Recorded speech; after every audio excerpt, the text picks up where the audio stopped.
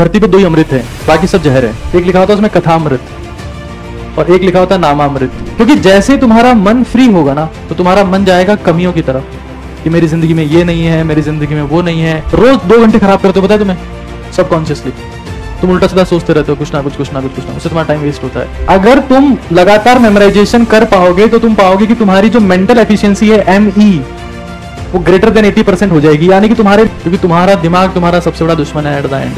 ना माँ है, ना बाप है, ना भाई है, ना बहन है, ना टीचर है, ना दोस्त है, कोई दुश्मन नहीं है सिवाय तुम्हारे दिमाग के। बहुत हरामखोर है। तुम तुम्हारी औकात से बाहर निकल के रिजल्ट देने लगोगे। ये होता है महामानव मतलब बनना। तो if you can control your brain you can control all your organs. क्योंकि इंसान ही किताब से आगे निकलता है। अगर वो खुद के दिमाग में उस किताब को पढ़ने लगता है तो किताबें उससे बहुत पीछे।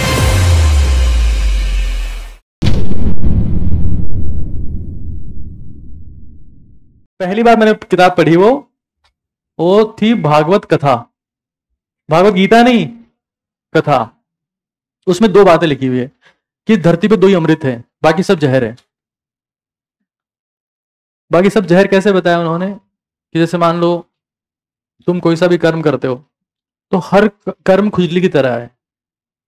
खुजली की तरह मतलब कि पहले तो आपको आनंद महसूस होता है, फिर बाद में बेकार लगता है। लेकिन 2 काम ऐसे हैं जिनमें आपको शुरू से लेकर आखिर तक आनंद महसूस होगा। ये इस पूरी किताब में 2 ही चीज बस लिखी गई है। बाकी सब मतलब आप इस पूरी किताब को छोड़ दो, 2 चीज पढ़ लो तो दैट इज एनफ। क्या लिखा हुआ था कि एक लिखा होता उसमें कथा अमृत और एक लिखा होता नामामृत। यानी कि धरती पे 2 ही अमृत है। एक तो कि आप कथा सुनो मतलब स्टोरी, तो आपका ध्यान डाइवर्ट नहीं होगा, या फिर आप नाम लो मतलब आप लोग तो कुछ नाम लो मत, आप मेमोराइजेशन करो। क्योंकि जैसे तुम्हारा मन फ्री होगा ना तो तुम्हारा मन जाएगा कमियों की तरफ कि मेरी जिंदगी में ये नहीं है, मेरी जिंदगी में वो नहीं है, इतना फ्रस्ट्रेशन है, पता नहीं क्या हो रहा है, कितने डिस्ट्रैक्शन है, मेरा तो इस बार भी नहीं होगा और न जाने क्या क्या। और तुम एट द एंड तुम पेशेंट बन जाओगे। और पेशेंट ना बनो उसके 2 ही रास्ते हैं। या तो आप कोई कहानी सुनो जिसका कोई सेंस नहीं तुम्हारी लाइफ में भी, ठीक है ना, या फिर तुम लोग नाम लो नामामृत जो होता है। अब तुम मेमोराइजेशन के थ्रू ये काम कर सकते हो, वरना तुम रोज 2 घंटे खराब करते हो, पता है तुम्हें, सबकॉन्शियसली तुम उल्टा सीधा सोचते रहते हो, कुछ ना कुछ उससे तुम्हारा टाइम वेस्ट होता है और तुम्हें पता भी नहीं होता है। खाना खा रहे हो उस वक्त टाइम वेस्ट नहीं होता, प्योर वेस्टेज ऑफ टाइम। क्योंकि तुम रुक नहीं रहे हो, तुम्हारा दिमाग तो सोच रहा है। तुम खा रहे हो तब भी तो सोच रहे हो ना कुछ, नहा रहे हो तब भी सोच रहे हो, नहीं सोच रहे हो, कुछ भी कर रहे हो सोच रहे होते हो। तो उसको रोको, उस एनर्जी का यूज करो। अगर तुम लगातार मेमोराइजेशन कर पाओगे तो तुम पाओगे कि तुम्हारी जो मेंटल एफिशिएंसी है ME वो ग्रेटर देन 80% हो जाएगी। यानी कि तुम्हारे मेंटल थॉट्स जो हैं वो तुम्हारे कंट्रोल में रहेंगे। अभी तुम्हारा जो कारनोट इंजन है ना तुम्हारा, उसकी एफिशिएंसी 10% ही है। फ्यूल जाता है बहुत सारा और निकलता है कचरा ही कचरा। होता है ना, इंजन एफिशिएंसी चेक करते हैं कारनोट साइकिल से, पता है क्या ऐसा? तो अभी तुम्हारी एफिशिएंसी 10% है। खा भी रहे हो, पढ़ भी रहे हो, लेकिन सोच कुछ और ही रहे हो।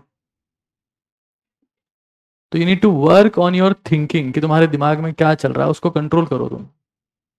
क्योंकि तुम्हारा दिमाग तुम्हारा सबसे बड़ा दुश्मन है एट द एंड। ना माँ है, ना बाप है, ना भाई है, ना बहन है, ना टीचर है, ना दोस्त है, कोई दुश्मन नहीं है सिवाय तुम्हारे दिमाग के। बहुत हरामखोर है और सबसे बड़ा दोस्त भी यही है। अगर तुम इसको पॉजिटिव कर लोगे तो सारा खेल पॉजिटिव। अब इसके लिए कोई दवा मार्केट में नहीं आती तो कोई इंसान पागल नहीं होता। खुद का एफर्ट लगाना पड़ेगा। अगर दवा आती है मार्केट में, ऐसी बात नहीं दवा नहीं आती, लेकिन दवा किस काम में आती है पता है आपको? वो थॉट्स को रोक देगी, थॉट्स से नहीं आएंगे। ड्रॉसीनेस फील होगी। किसने एंजाइटी डिप्रेशन का ट्रीटमेंट लिया हो तो उसको पता होगा कि थॉट्स रुक जाते हैं। बिल्कुल लिया किसी ने? उल्लू के पट्टों। कभी भी साइकेट्री ट्रीटमेंट लिया हो तो नहीं बताना होता किसी को भी, हाथ खड़े कर लेते पैदलों की तरह दिमागी रूप से। तो या तो आप विचारों को रोक लोगे। देखो 3 टाइप के लोग हैं इस दुनिया में। पागल, जिनके विचार नहीं रुक रहे, उनको दवाएं देकर उनके विचार रोके जाएंगे। नॉर्मल लोग जिनके विचार हैं, कुछ पॉजिटिव हैं कुछ नेगेटिव है, ज्यादा नेगेटिव वाले ही हैं, नॉर्मल लोग हैं वो। महान लोग हैं जिनके विचारों पे कंट्रोल है कि वो क्या सोचेंगे। अभी मैं क्रैब साइकिल के बारे में सोचूंगा तो क्रैब साइकिल ही सोच रहे हैं, वो महान लोग हैं। साधारण कौन है? जिसका विचारों पे कंट्रोल नहीं है। और जिसका विचारों पे कंट्रोल नहीं होता तो फिक्स कॉन्सेप्ट है, उसके 80% थॉट तो नेगेटिव होंगे क्योंकि इसी स्टाइल में ब्रेन चलता है, 20% नॉर्मल होंगे, पॉजिटिव तो होगा ही नहीं। लेकिन अगर तुमने कंट्रोल कर लिया कि तुम्हें क्या सोचना है तो तुम महामानव हो चुके हो।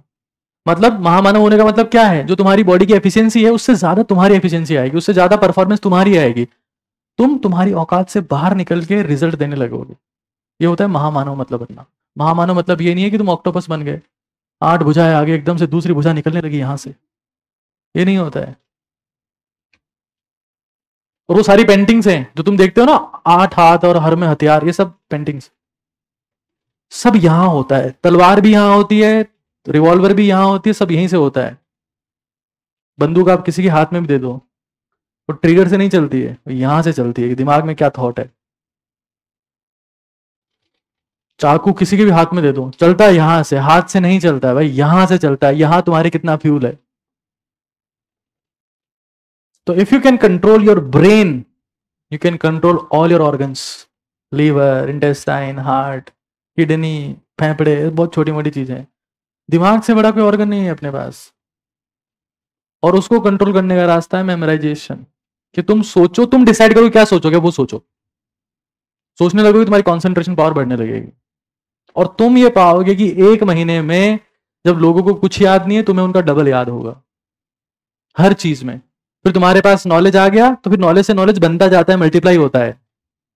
नॉलेज से नॉलेज मल्टीप्लाई होता है।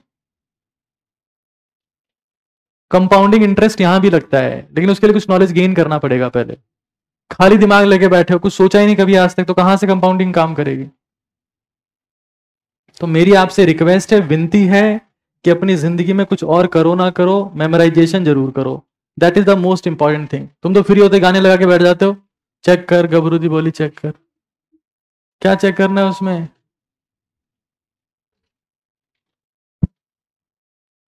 आंखें बंद करो और सोचना शुरू करो, और कंट्रोल्ड थॉट होने चाहिए बिल्कुल। मैं तुम्हें फिर कह रहा हूं, तुम खुली किताब लेके पढ़ रहे हो, तुम्हारा कुछ नहीं हो सकता। किताब बंद है और तुम्हारे दिमाग में वो सारे शब्द चल रहे हैं जो किताबों में लिखे हुए हैं, तब तुम किताब से आगे निकल जाते हो। क्योंकि इंसान ही किताब से आगे निकलता है। अगर वो खुद के दिमाग में उस किताब को पढ़ने लगता है तो किताबें उससे बहुत पीछे रह जाती है। लेकिन उल्लू के पट्टू, तुम हर बार वो हाईलाइटर ले आते हो 4 रंग के, कौन कौन से रंग के आते हैं? खड़े हो जाओ। कौन कौन से रंग के आता है हाईलाइटर? खड़े हो जाओ। कौन कौन से रंग के आते हैं हाईलाइटर्स? एक तो ग्रीन आता है, येलो आता है, व्हाइट आता है, ब्लू, ब्लू आता है, और ऑरेंज भी आता है। तुम्हारे पास सारे पड़े हैं ना?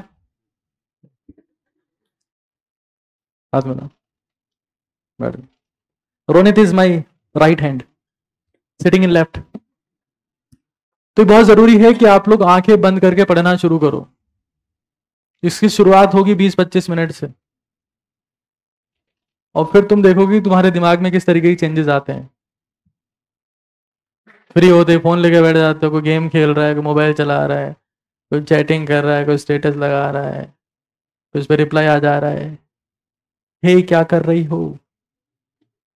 मैं तुम्हारी नानी के कान काटने ही वाली थी कि तुम्हारा मैसेज आ गया। कुछ लोग होते हैं ऐसे जो रात भर जगते हैं, कहां गया प्रियम?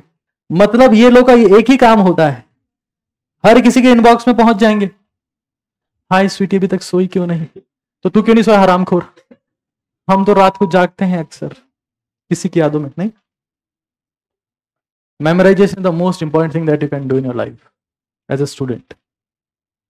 कॉन्सेंट्रेशन एंड मेमोराइजेशन, 2 हथियार तुम्हारे पास में, बाकी सब बकवास। उससे सबसे बड़ा फायदा ये होगा कि तुम बिना सोचे कुछ भी नहीं बोल दोगे।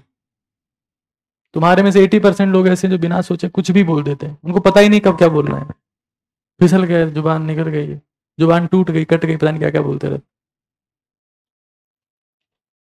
टंग के पास में कोई थिंकिंग स्किल्स नहीं है, दिमाग में है वो, तो तुम्हारी खोपड़ी खाली है तो टंग तो फिसलेगी फिर। अरे टंग के पास कोई सेरिब्रल कॉर्टेक्स है क्या इसका? भाई प्रीफ्रंटल कॉर्टेक्स लगे हुए 4-5, और उसके बाद भी फिसल जा रही है, रोक रहे हैं बिल्कुल आगे आगे, और टंग निकल जा रही है। This is very important thing.